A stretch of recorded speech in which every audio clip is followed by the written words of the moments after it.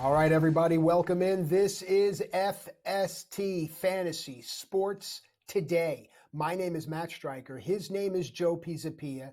Yep, that Joe Pisapia, the author of the Fantasy Black Book. It is currently out there now and is changing the way people are winning their leagues. And a quick reminder, if you want to win your leagues, stay here at SportsGrid, at SportsGrid TV. That's the social media handles for everyone, all of our brothers and sisters here at this great network. You get all the information you need. Joe, football season is upon us, and you are the man. What's up, my friend? You got to be excited, no? Yes, I'm excited. I'm excited for the Euro football, and I'm excited for the Copa football, but most excited about the NFL football. That's the football that I love the very most. And we're going to be in the National Football League sooner than later, and all of the hype, all of the overreactions. I can't wait for it.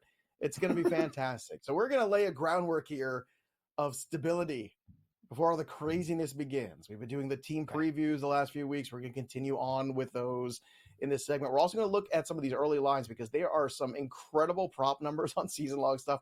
We talked about Derrick Henry being under 1,000 yards rushing, smashing that over. Bijan Robinson. Like, I don't know who set these lines in Vegas, but I can tell you right now, I am all in on some of them. And we're going to actually hit a couple unders in some of the receiving props today, which might surprise you. But I just think looking at it right now, I think Vegas kind of sets their margins in a certain way. And I think there's opportunity, and I've highlighted some of those for all of you to get in early on them. And it means something in fantasy too. Vegas sets these lines for a reason. They are right where some of the projections are, but sometimes the projections are markedly different. And when we see that variance, that's where we attack. And first, we're going to attack the headlines here in the NFL, starting with walking boots. Joey No Likey, the walking boot. It's no good. Dak Prescott has a very minor foot sprain. It's not a big deal, Matt. It's very minor. It's this big. It's a very small foot sprain and a very But big it requires boot. a walking boot. But it requires a walking boot. Here we go. Did my wife write that press release? Your son made a little bit of a mess in the living room. Slight mess, but don't go in the living room. But don't go in there for the next 3 days. That's basically what they're telling you. Now, it is July, so I'm cautiously optimistic still. Sure. But walking boots typically aren't great. Now, he is a quarterback, not a running back. It's also a better situation. But still, the feet are very important for any quarterback. Dak Prescott, this is not where we want to be right now, but we will monitor the situation very closely here. Puka Nacua and Cooper Kupp apparently are going to work as 1A and 1B in the Rams offense. But the question is, who's A and who's B? I think it's pretty clear who A is at this point. It's Puka Nacua. Cooper Kupp has had trouble staying on the field, and last year he was good when he was on it at times, not so good in others. And I think the wear and tear of that one monstrous season really just took its toll on his overall career. What's so interesting about Cooper Kupp right now is his ADP, where he's being drafted as a fringe wide receiver 2, wide receiver 3. This is the kind of player that can make or break. He can be a league winner, or he could be a guy that kills your fantasy team. Now, if I am an early wide receiver build person in my rosters, which you know I am, if I can get Cooper Kupp as my third guy in the third round at wide receiver, I think that's a risk that I take because the upside is huge and he's my number 3. So if he misses time or if he is the 1B and a little bit more sporadic with the big games, I can handle that. But as my wide receiver 2, I think there's far many guys on there, too many, that are just far more reliable at this stage in their career. Matt, do you see this the same way where Puka is the 1A and Cooper Kupp is the 1B? And are you somebody who's willing to take the risk on Cooper Kupp as your wide receiver 2, which is where he's going right now towards the early 20s in wide receiver ranks? So while all that's going on in my head, I'm saying, all right, who's the 2 and who's the 3? Just because they say 1A, 1B does not force me to have to use their language, does not have to force me to change the way I'm thinking. I understand in the real world that a 1A and a 1B does not exist. It's like giving 110%. It does not exist. So I do not have to be married to your logic and your words. Therefore, Nacua is the 1, Kupp is the 2, and that's the end of the conversation, independent of how they choose to label them. Joe? Yeah, clearly 110% not available on this show. That's clearly not the case.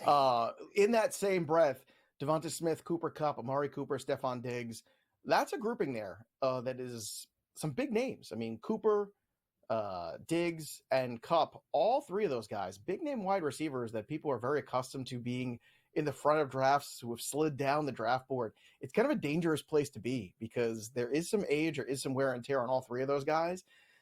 After that, you get T. Higgins, you get Malik Neighbors, you get George Pickens, you get Zay Flowers, Tank Dell, Christian Kirk. I'm of the mind to just wait it out a little bit and pivot to those younger guys and let somebody else live in the past. James Conner is going to see the bulk of the workload, it looks like, in the backfield for the Cardinals. Now, that's a good thing. Conner's been really steady there, outstanding, outperformed, I think, a lot of expectations and certainly ADPs as well for the last couple of years. But it is another year on the tread and the tires for James Conner. And I got to say, Benson to me is a running back that I'm really intrigued by because I think Trey Benson is a three-down back. I think he's a guy that has really good tape when you watch his college work. I saw LaDainian Tomlinson on an interview my friend Brian Drake did with him the other day, and they were talking about, asking LaDainian Tomlinson and the rookie class who really stood out to you. And LaDainian Tomlinson, without hesitation, said Benson. Now, that made my ears perk up and want to pay even more attention and go back and watch some more. Because when you get a guy of the talent of LaDainian Tomlinson saying, yeah, that guy stands out to me. I think there's room for Benson to carve out a role. Conner is going to be that guy probably the first month, 6 weeks of the season. We know there is some injury history with James Conner. That is a fact. And also at the age at running back, that there's potential for him to miss some time. Benson, I think, is one of the better stashes at the RB position. So just keep that in mind. I'm not saying you can't draft James Conner. I think Conner's still a pretty good value on this board, Matt. But I do believe that Benson at some point in time in the second half is really going to work into that secondary role and maybe even emerge eventually as a top guy in this backfield, depending on how things work out with the health and performance of Conner. He's going at RB 41 basically right now. So that's pretty cheap. Another guy to talk about, again, Brandon Ayuk. We keep monitoring the situation. He is no closer to a deal with the 49ers. So that begs the question, is Brandon Ayuk going to be a 49er or not? The projections over at Fantasy Pros have him at 1,135 yards, 73 catches, 7 touchdowns. Now, Ayuk is a pretty strong wide receiver. But, Matt, I can't help but wonder if they can't get a deal done and they don't want to overpay for Brandon Ayuk, which is what the wide receiver market has really become. Could we see Brandon Ayuk maybe land somewhere else? And could it be a team like the Buffalo Bills maybe, who seem like they could be in need of some wide receiver help? It's a great thought. And on the other side of the break, we will actually start the team preview, I believe, with Buffalo. So we can extend that conversation there. So there you go. That's a tease. Stay tuned.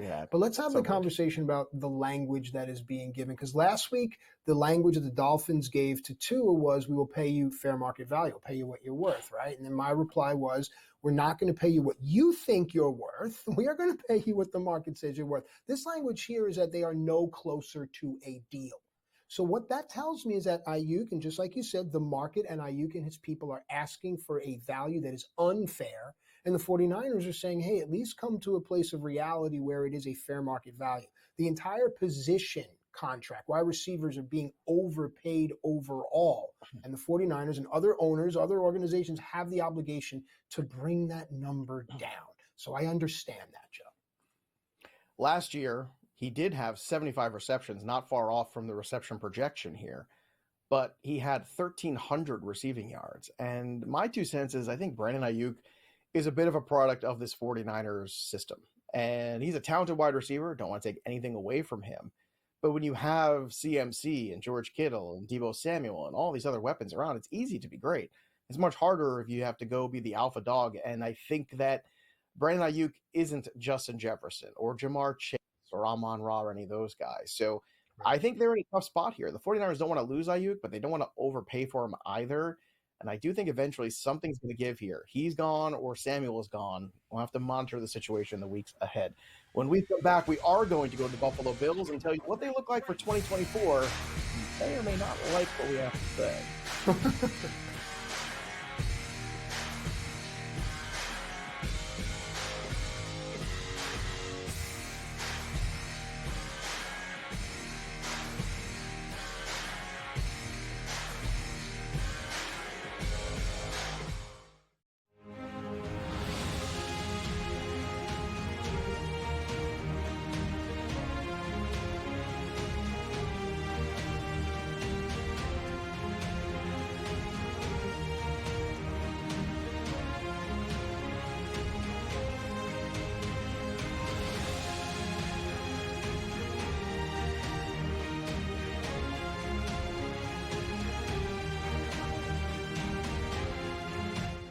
anyone that's been to a sporting event, the atmosphere before a game, I think Game Time Decisions has that same exact atmosphere. This is our arena.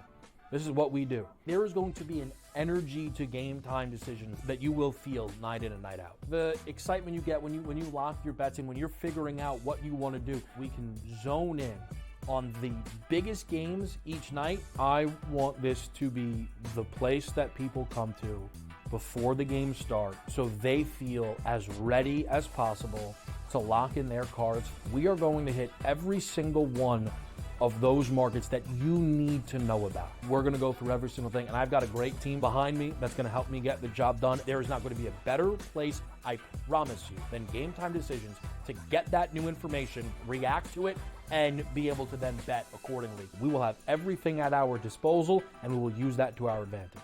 I'm Kevin Walsh. Tune into Game Time Decisions from 6 to 8 p.m. Eastern on SportsGrid. You went to Alberta and came back with a lot of different stories. I know that sports betting as a possibility, just like Ontario in 2022, we could see that. The other big topic was Alberta, because sure enough, we've heard lots, and we've talked about it on here, that a law was passed to allow the market to open up, and we were kind of waiting to see what was going to happen. Newswire, only on SportsGrid.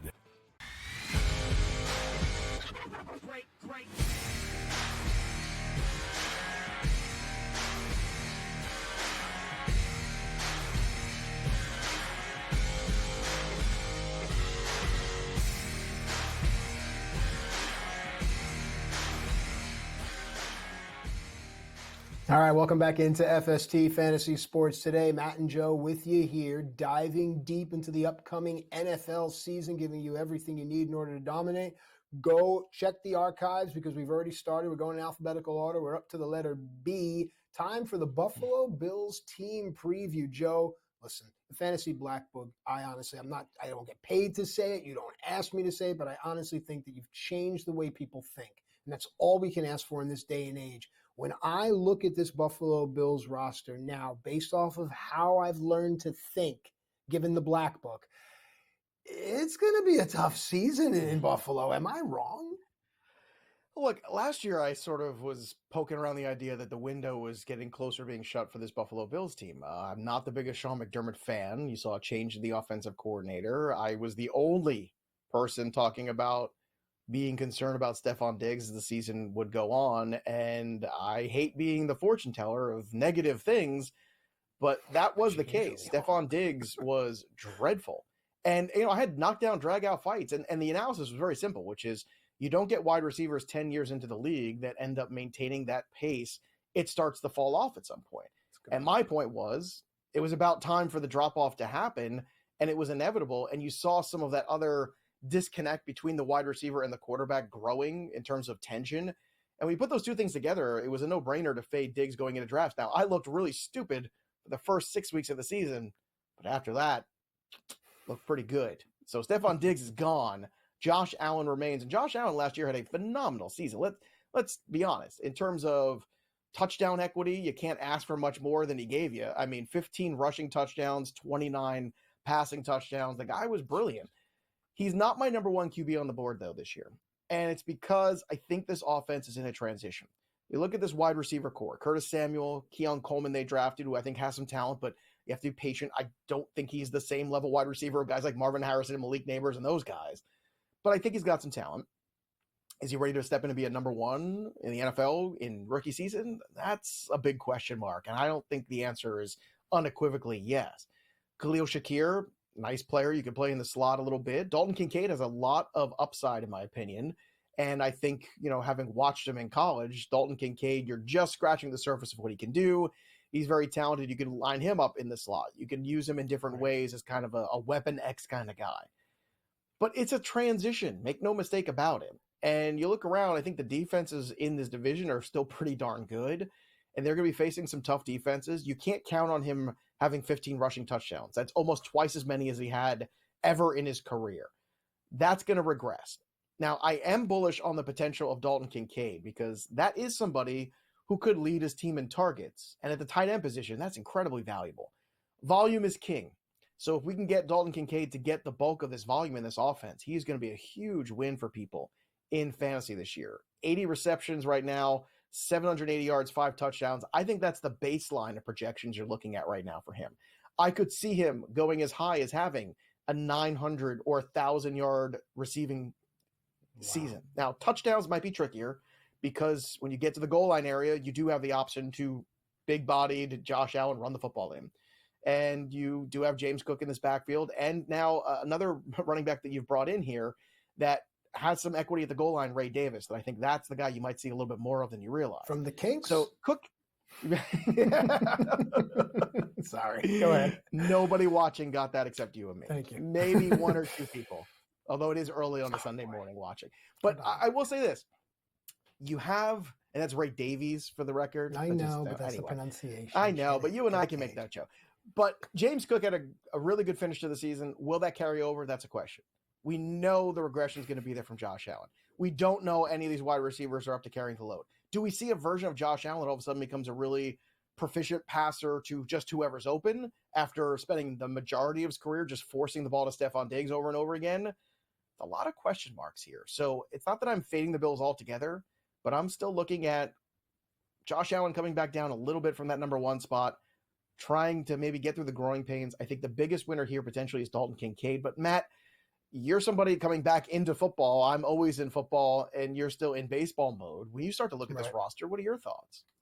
Well, like I said, at first I was concerned, but when I think about how the league has been going, at least in the last 2 seasons, its tight end play becomes pivotal. So when you look at a team like Buffalo, you can either see that their offense is rebuilding or they are ahead of the curve, because offering such a strong tight end set with the way that the game in the league is changing, like you said, I mean, some of those numbers are unheard of for the position. But when, to use your term, the Weapon X comes into play, now all of a sudden the entire game is changing. So maybe I'll pause on my expectations on Buffalo and listen to some things that you have to say a little bit more. Let's travel south now, down from Buffalo to Carolina. Talk to me about some young backfield play and then what needs to be done with the wide receivers. Yeah, Dave Canales comes over from the offensive coordinator position in Tampa. Now, this is the guy that fixed Geno Smith 2 years ago in Seattle and then Baker Mayfield last year. Can he fix Bryce Young? Maybe. I think that's a definitive maybe. All he's got to do is get him to get rid of the football quickly and try to protect him a little bit better. Jonathan Brooks goes a long way in that. You want to be able to run the football. Now, he is working his way back from an ACL injury, but I think Brooks is by far the most talented running back in this rookie class. Had he been healthy, he would have been drafted way sooner than he was. They got a steal here. So Chuba Hubbard around, Miles Sanders around, but Brooks is the guy that I want. And even early ADP suggests that people are already on that. So you're not going to get too much of a discount, but you should be patient because it is going to take him a little while to look more like himself, probably not towards the end of October. However, they did add Deontay Johnson this offseason, another possession wide receiver, much like Adam Thielen. Now, Adam Thielen's still sticking around too. They drafted Xavier Legette. I'm not looking for Jatavian Sanders to make a huge impact in fantasy this first season. Maybe I'm wrong. I just don't think there's enough targets in this kind of offense. They're going to run the football, and they're going to be quick with those outs. Now, last year, Adam Thielen caught 103 balls on 137 targets. I can't imagine another year older that's going to exist again, but I think the target share instead shifts to Deontay Johnson. So Deontay Johnson right now, you're looking at these projections being very low, 67 receptions, 867, 7 touchdowns. Now, the touchdown number, that I will argue with. Thielen had 4. I think the touchdown number is completely wrong. 6 would be my peak. I think you're looking more like 5 or 4. It's not going to be a great offense. It's going to be a grinding kind of an offense at best. But I do think there's room for the total on those receptions to go way over. And if it does, Deontay Johnson could be somebody very valuable in PPR leagues. When we come back, we're going to take a look at the Chicago Bears, a new look, but could it be the same old results? We'll tell you when we return on FST.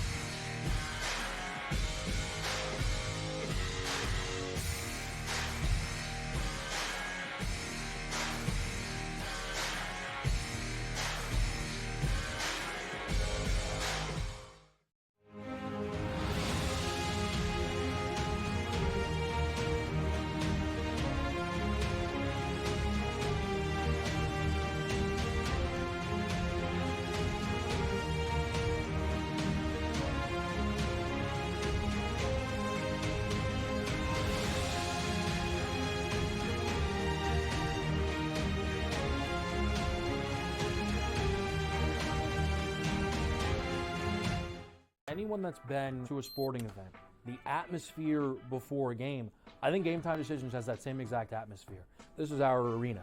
This is what we do. There is going to be an energy to Game Time Decisions that you will feel night in and night out. The excitement you get when you lock your bets in, when you're figuring out what you want to do, we can zone in on the biggest games each night. I want this to be the place that people come to before the games start so they feel as ready as possible to lock in their cards. We are going to hit every single one of those markets that you need to know about. We're going to go through every single thing, and I've got a great team behind me that's going to help me get the job done. There is not going to be a better place, I promise you, than Game Time Decisions to get that new information, react to it, and be able to then bet accordingly. We will have everything at our disposal, and we will use that to our advantage. I'm Kevin Walsh. Tune into Game Time Decisions from 6 to 8 p.m. Eastern on SportsGrid.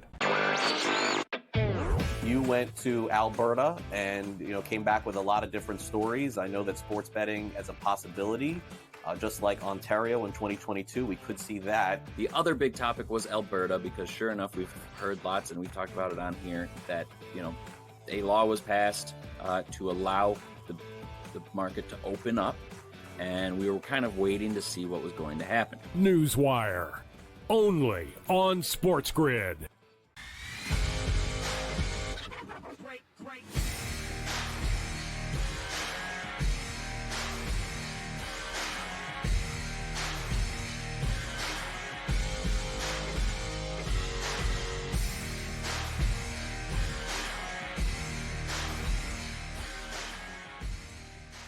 All right, welcome back into FST Fantasy Sports Today. Matt and Joe previewing the upcoming NFL season, going in alphabetical order. If you missed anything, of course, go back in the archives, find what you need. Here we are up to the letter C, Chicago, the Chicago Bears. And we start here because, Joe, there is always going to be two sides to a coin, two sides to an argument, at least there should be.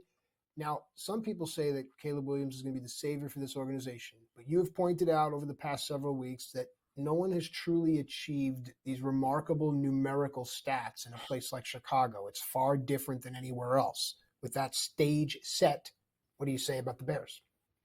Yeah, I think it's funny because I feel like this is a replay of what we had a couple years ago when they drafted Justin Fields and everybody was super excited and, everything was wheels up. Now, I know they're more excited about Caleb Williams because Caleb Williams came with even more hype. And he's the number 1 overall pick, and he's been a guy that's been talked about for literally years since he was in high school. And look, the Bears did the right thing. They drafted the guy who is probably the consensus number 1 guy. I just don't know if he's a good fit for the Bears, and I don't know if the Bears are a good fit for him. I don't know what Caleb Williams is going to look like when we get to October, November in Chicago. It's a little colder there than it is in USC. Just a little. Just a little bit. And it's a little windier, too. Now, he's got arm strength for days. He's got tons of ability. It's also a big media market where you and I both know this. Like, we're both from the New York area. We grew up in Queens and Brooklyn, respectively. You know, if you don't perform well, you're going to hear about it from the fans and from the media. It is not the bubble that Southern California can be.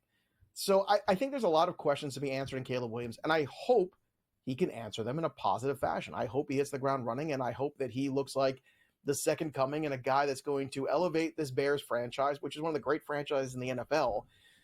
It's been really kind of wallowing for many, many years now. I mean, you have to go to Rex Grossman, right? Last time they were in a Super Bowl, it's a long time ago. It's a very long. Peyton Manning was playing in that Super Bowl. Peyton Manning has been, hosted TV shows for the last decade. It feels like it's so look, Caleb Williams, I think, has very high expectations.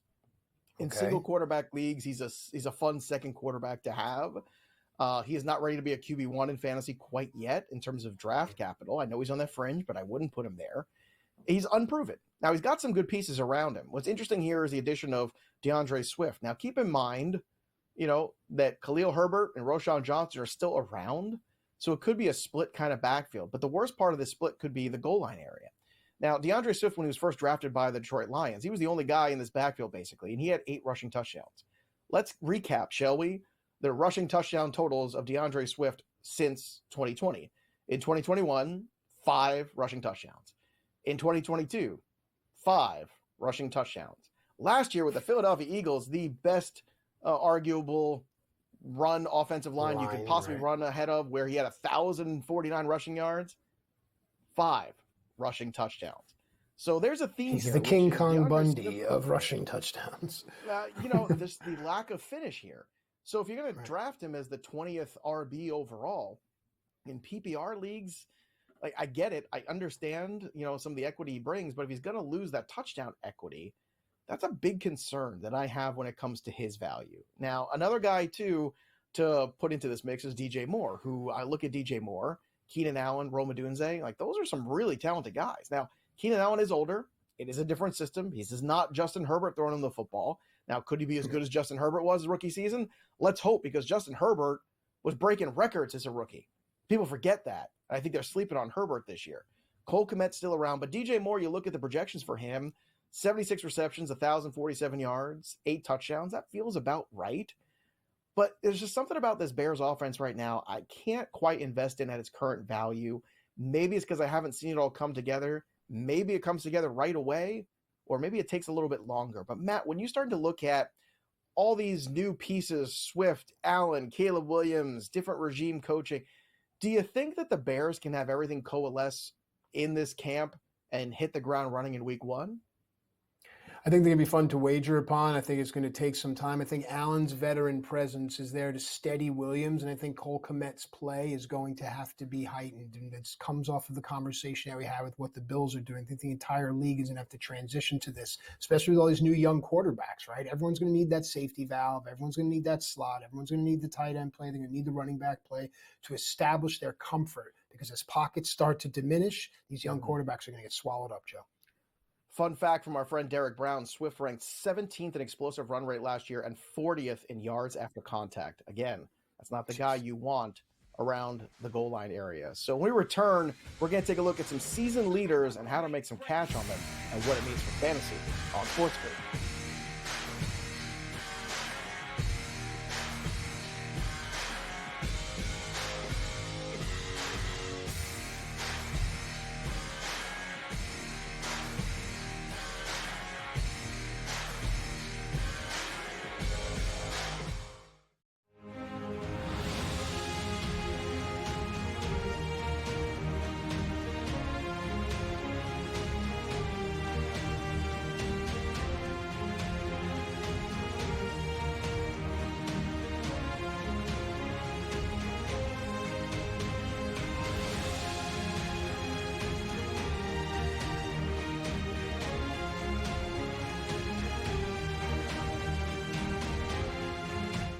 Anyone that's been to a sporting event, the atmosphere before a game, I think Game Time Decisions has that same exact atmosphere.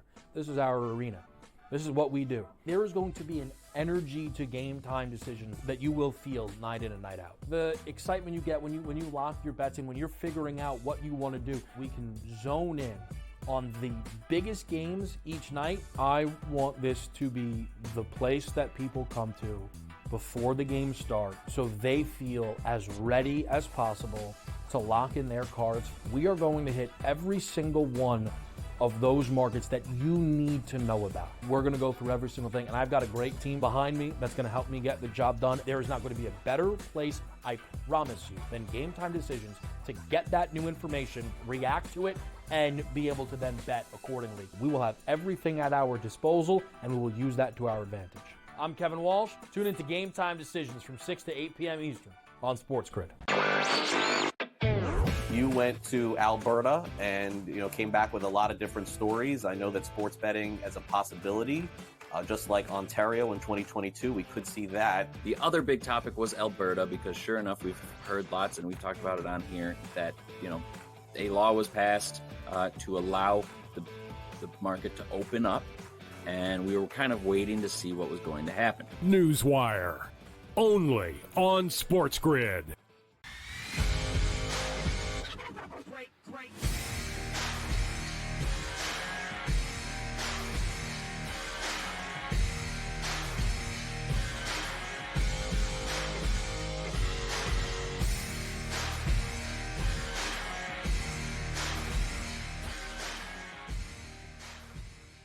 All right, welcome back into FST Fantasy Sports Today. Matt Striker and Joe Pisapia with you here. Now it's time to win some money. Straight up. I can't sugarcoat it any more than that. It's time to look at some NFL season leaders and start to get our futures going here. Joe, let's start with regular season receiving yards for the upcoming 2024-25 National Football League season. Everyone's in the plus money here, but some far deeper than others.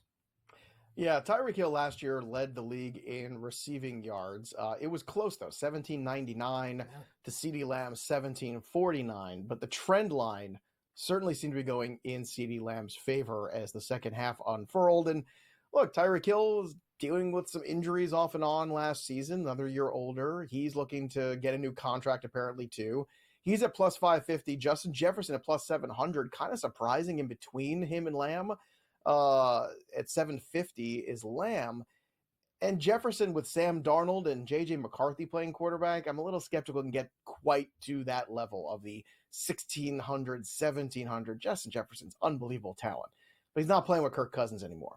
And there's going to be a learning curve eventually whenever we transition to J.J. McCarthy. And Sam Darnold is not exactly, how do I put this, prolific? Is that a nice, kind way of saying he's not a prolific passer at this stage in his life? So whatever that amalgamation is, I'm going to cross Jefferson off that board. Amon-Ra St. Brown is intriguing at plus 1,000, but not more intriguing to me than CeeDee Lamb at plus 750. Now, Jamar Chase is that guy, too, at plus 1,400, that you could see a healthy year for Joe Burrow. Maybe more protection from that offensive line.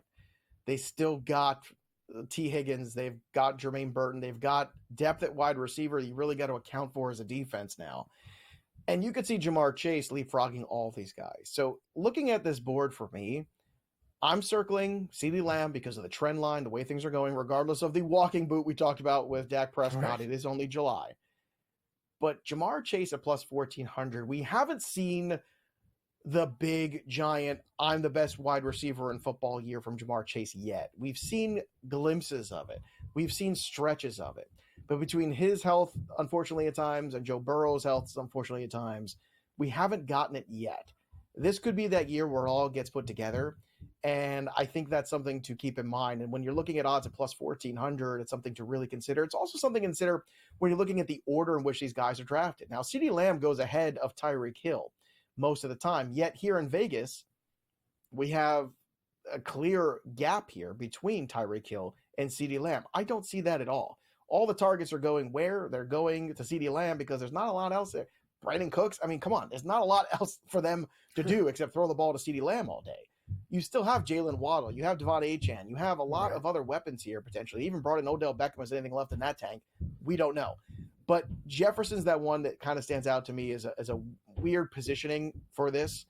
I look at Chase, Hill, Lamb being the favorites here, with the dark horse candidate being Jamar Chase, which is why he's still a top 5 overall pick for me, because I think he could, at the end of the day, lead the league in receiving. So it's an interesting board the way Vegas has it lined up.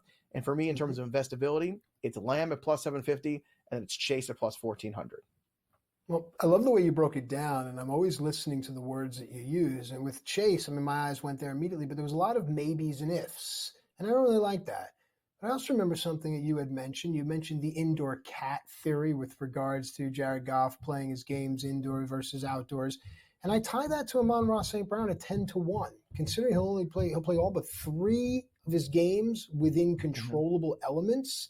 I like that kind of investment. I like that kind of wager where everything is nice and controlled, less volatility, greater profit. So I would lean there. With that said, let's continue this conversation now and look at the rookies. Most regular season rookie receiving yards for the upcoming season. This is a much different conversation, I would say. It is a much different conversation because it does feel like the chalk is the right way to go. Marvin Harrison Jr. is brilliant. He is everything you want out of a young wide receiver, runs the routes, has the pedigree, has the performance, everything is there, and the opportunity is going to be there, most importantly. So he is still plus money at plus 150, though. So I think a heavy investment here, 2 or 3 units in Marvin Harrison is the way to go for this. The argument people will make is Malik Neighbors at plus 480 is a better investment because he is probably the shining star by far for this New York Giants team. And the New York Giants are still a public team. They still play in New York. They're still getting a lot of media attention, especially they're going to be on Hard Knocks this year. So you're going to hear a lot of Malik Neighbors hype. It would not shock me if this number changed a little bit and that plus 480 became more like a 350. by the time we got to late August. That being said, I have a hard time believing that we're going to get a brilliant receiving season from Malik Neighbors with Daniel Jones playing quarterback. I just think that's a hard sell for me. Daniel Jones has been underwhelming in the pocket. Now, for fantasy, he's fun because he does get out there and rush a little bit, and that's great. You're going to rush for 600 yards? I'm taking that. You're going to have some rushing touchdowns? Sure, we love that. But it hasn't been proven out that Daniel Jones can be a really good pocket passer that can make somebody an elite wide receiver in fantasy. It hasn't happened yet. We'll see if it can happen. I think Malik Neighbors has the best chance of making that happen, but can it be better than Kyler Murray with Marvin Harrison?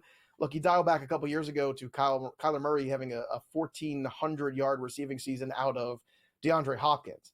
I think you could see a similar kind of year, 1,350 at least, from a guy like Marvin Harrison, the way this offense is structured. The other guys, Ladd McConkey, Keon Coleman, Xavier Worthy, Rome Odunze. Look, Odunze's the third guy in his own offense right now on the depth chart. I don't see that happening. Xavier Worthy is a big play guy, so not quite the volume there. Keon Coleman, I have skepticism. Ladd McConkey is an interesting dark horse, though, because if he's playing the slot, you could see him getting 100 catches this year. That's not an absurd hot take. At the end of the day, I just don't think the depth of target's going to be there for him to compete with Marvin Harrison, so I'd stay away. So it is chalk right now. It's Marvin Harrison Jr. for me at the top. And, sometimes the answer at the top is just the easy right answer. In this case, I think it is. What is that? Occam's razor, something to that effect? The most logical definition is usually the right one, something. But let's stay with the rookies here because I think that that's the way the league is trending overall. Look, someone's going to look it up. Someone will hit me up on social media and say, oh, you're talking about this.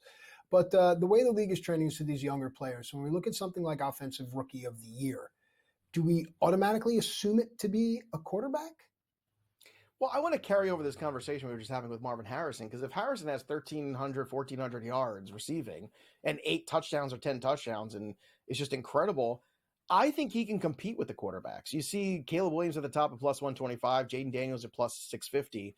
Daniels is going to be a very fun player, very athletic, is going to be able to rush and throw.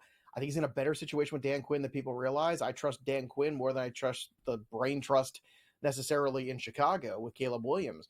So I think Marvin Harrison at plus 750 is very intriguing. And then you look at some of the totals here for Caleb Williams at, 3,450 and a half passing yards. I think this is an under for him in the first season. I think it's more like 3,300 as he starts to figure out what it is to play in the NFL and figure out what it is to play in that home field, which, again, the elements are going to be a factor there for him. And they've been a factor for every quarterback that's played there. Does he have extraordinary talent on paper? Yes. But I still have a lot of questions. So I'm going to go under that. And if I'm going under there, I think that opens the door for Marvin Harrison Jr. plus 750. That's a great number for him. Yeah, typically we get the quarterbacks like CJ Stroud winning these kind of awards. But Matt, do you think I'm crazy where maybe this year could be a little different, where Marvin Harrison might be just a cut above everybody else in that rookie class? No, I looked it up because you laughed at me. You shamed me. Occam's razor. The simplest explanation is usually the right one. But no, because we live in this world where people get paid to talk nonsense and just use their circular logic. Folks, usually the simplest answer is the right answer. Move on. Joe. There you go.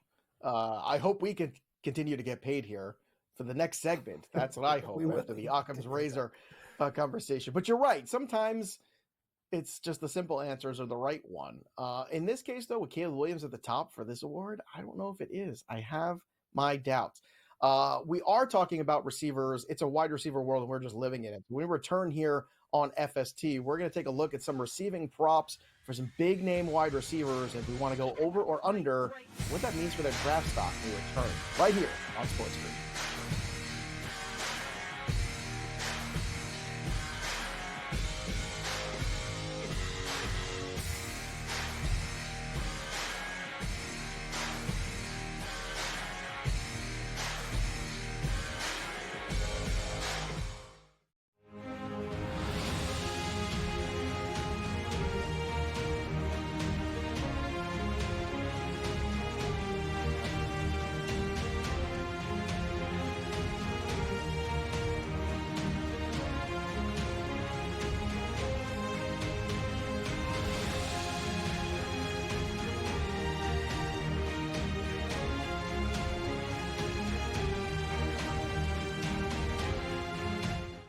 anyone that's been to a sporting event, the atmosphere before a game, I think Game Time Decisions has that same exact atmosphere. This is our arena.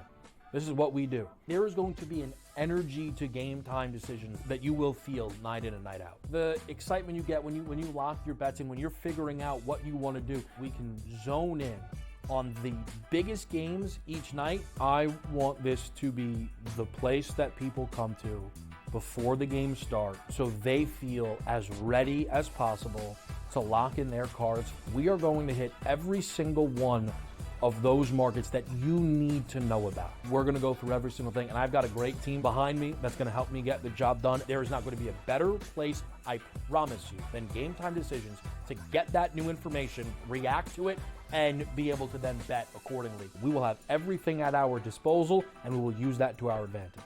I'm Kevin Walsh. Tune into Game Time Decisions from 6 to 8 p.m. Eastern on SportsGrid. You went to Alberta and came back with a lot of different stories. I know that sports betting as a possibility, just like Ontario in 2022, we could see that. The other big topic was Alberta, because sure enough, we've heard lots and we've talked about it on here that, a law was passed to allow the market to open up, and we were kind of waiting to see what was going to happen. Newswire, only on SportsGrid.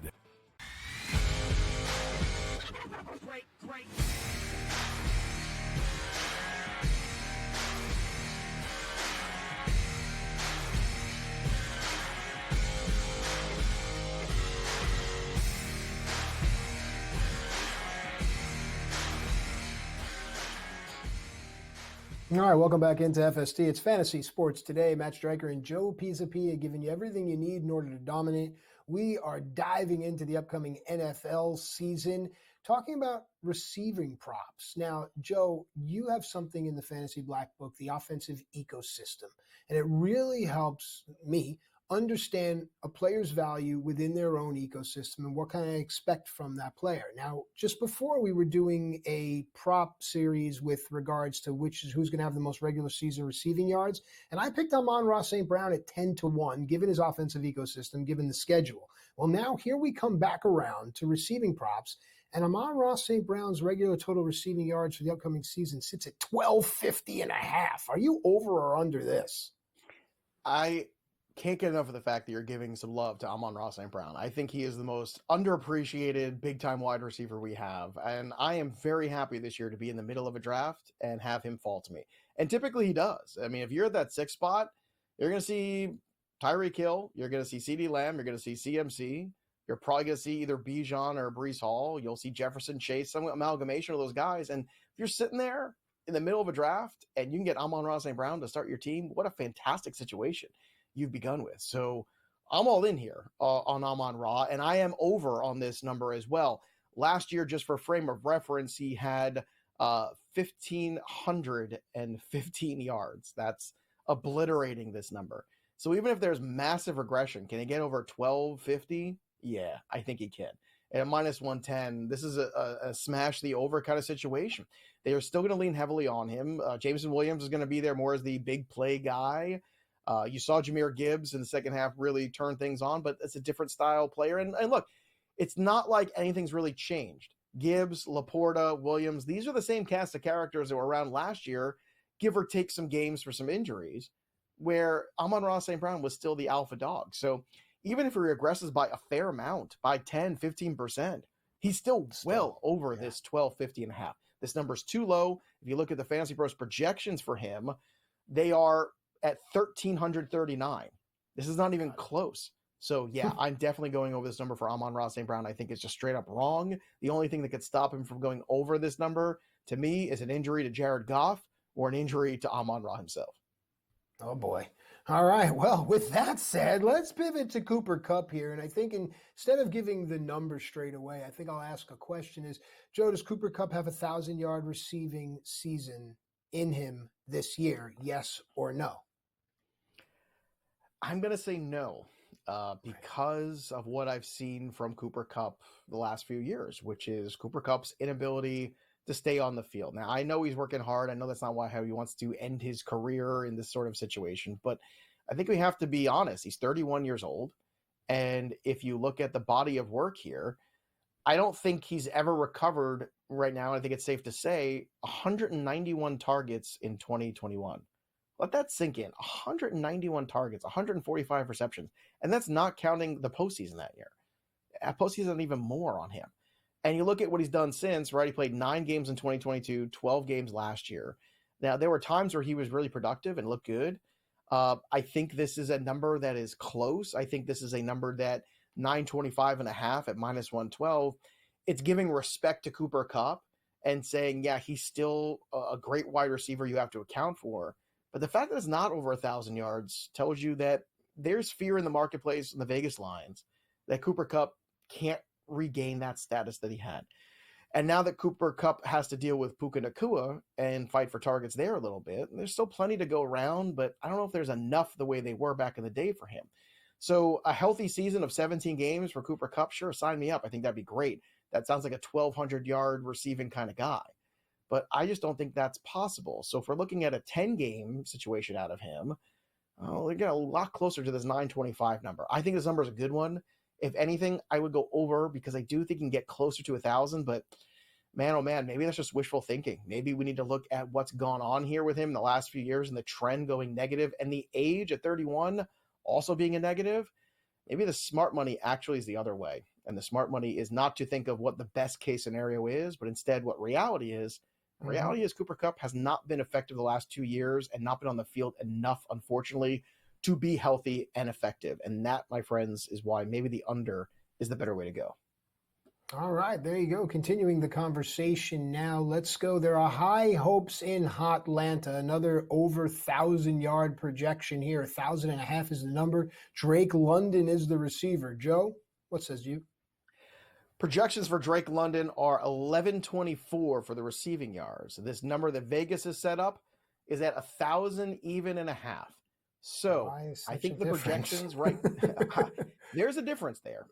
And I think the biggest difference is Kirk Cousins. And I think this is a number that he is going to really go well over comfortably. Yeah. I think the volume's there. The target share is there. Target share has never been the problem for him. And it's always been the quarterback play itself. And I think when you're looking at that, and so far his rookie season and last year, he was over 110 targets in both of those years.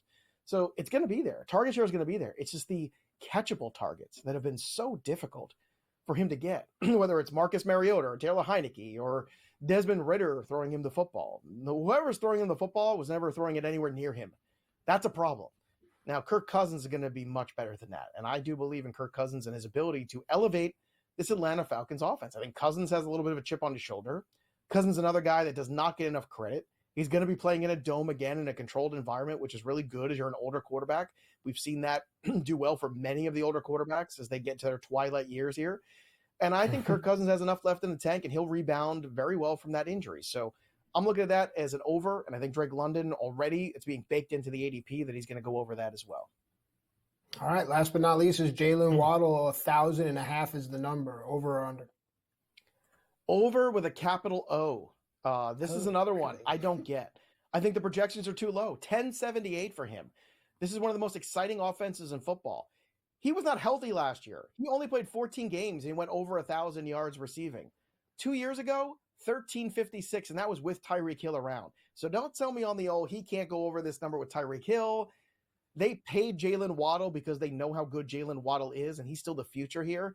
If anything, I'm more concerned with Tyreek Hill's age than I am with the health of Jalen Waddle. He's going to shake the dust off and be awesome. He's one of the best, most underrated wide receivers in fantasy right now. Take advantage of that ADP while you can. We're going to talk receiving yards with the tight ends when we return on FSD.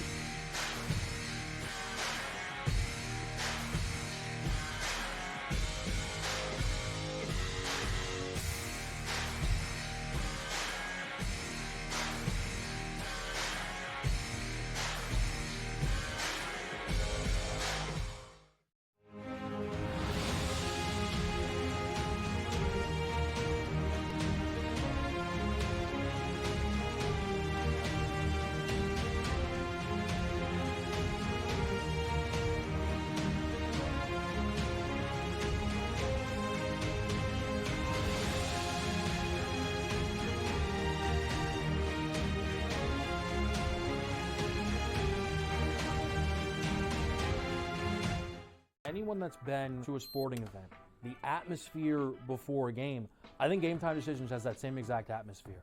This is our arena.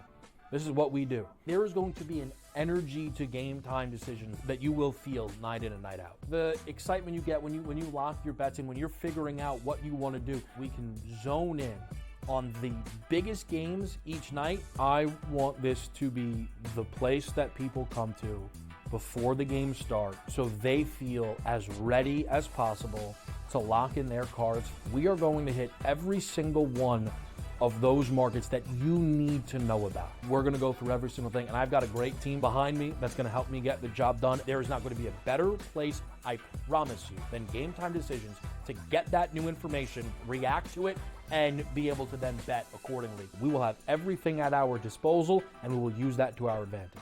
I'm Kevin Walsh. Tune into Game Time Decisions from 6 to 8 p.m. Eastern on SportsGrid. You went to Alberta and came back with a lot of different stories. I know that sports betting as a possibility, just like Ontario in 2022, we could see that. The other big topic was Alberta, because sure enough, we've heard lots, and we've talked about it on here, that a law was passed to allow the market to open up, and we were kind of waiting to see what was going to happen. Newswire, only on SportsGrid.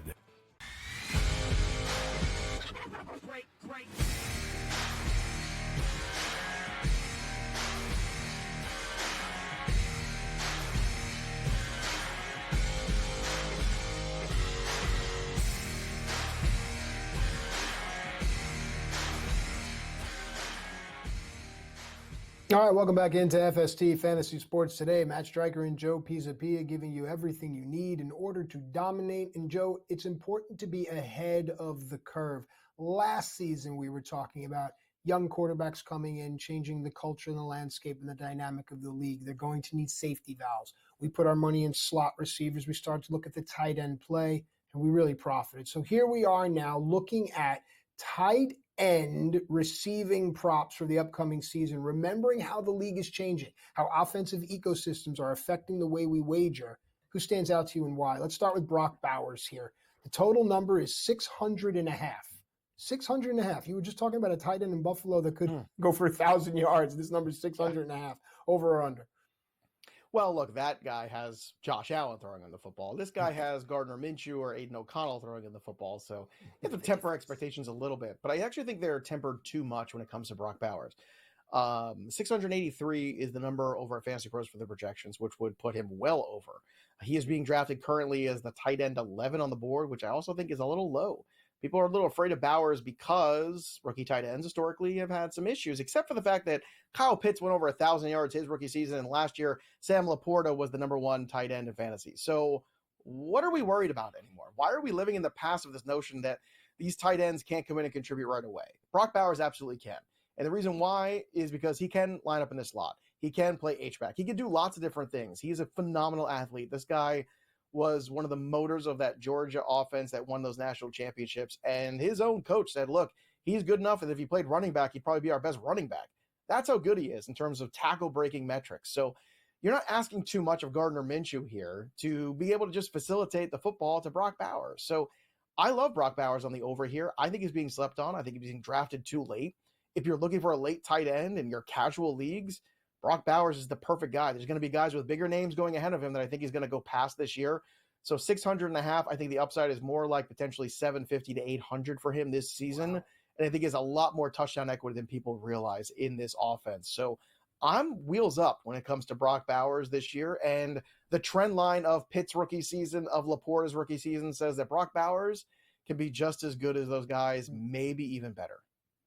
All right, well done. Let's pivot now to David Njoku, who will become David Joe Flacco. What will that do to David Njoku's receiving yards prop of 675.5?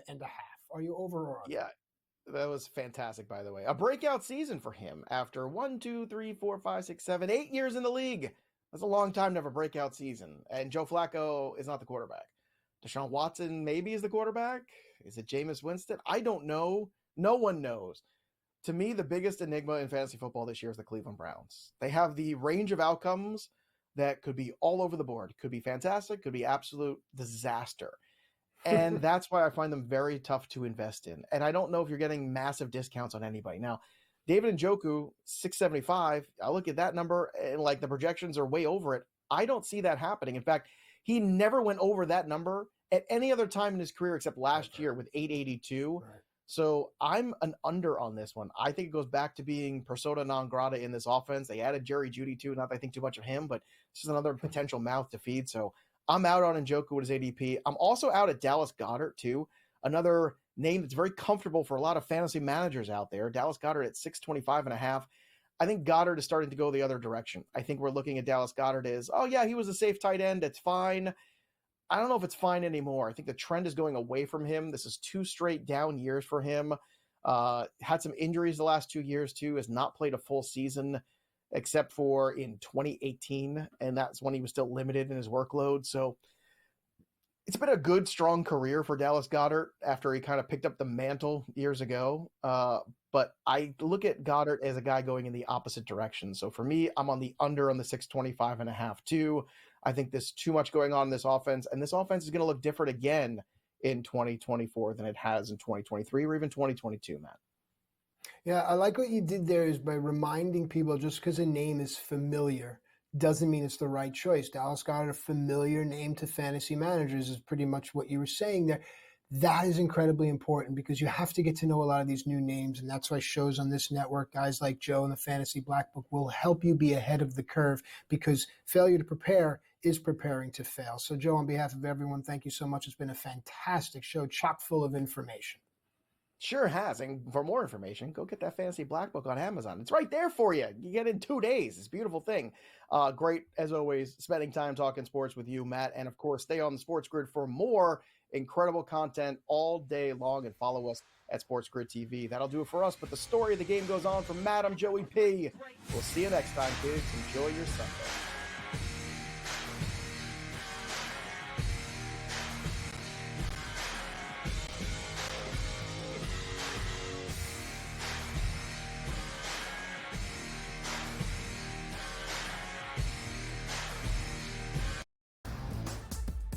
Technically, despite having the most wins in both the AL and all of Major League Baseball, 52 of them for New York, no longer the best winning percentage. You expect your front offices to hit that gas pedal when it comes time to get a better team on the field post All-Star break, because the one thing that you know from the Yankees and the Orioles is what, Ben?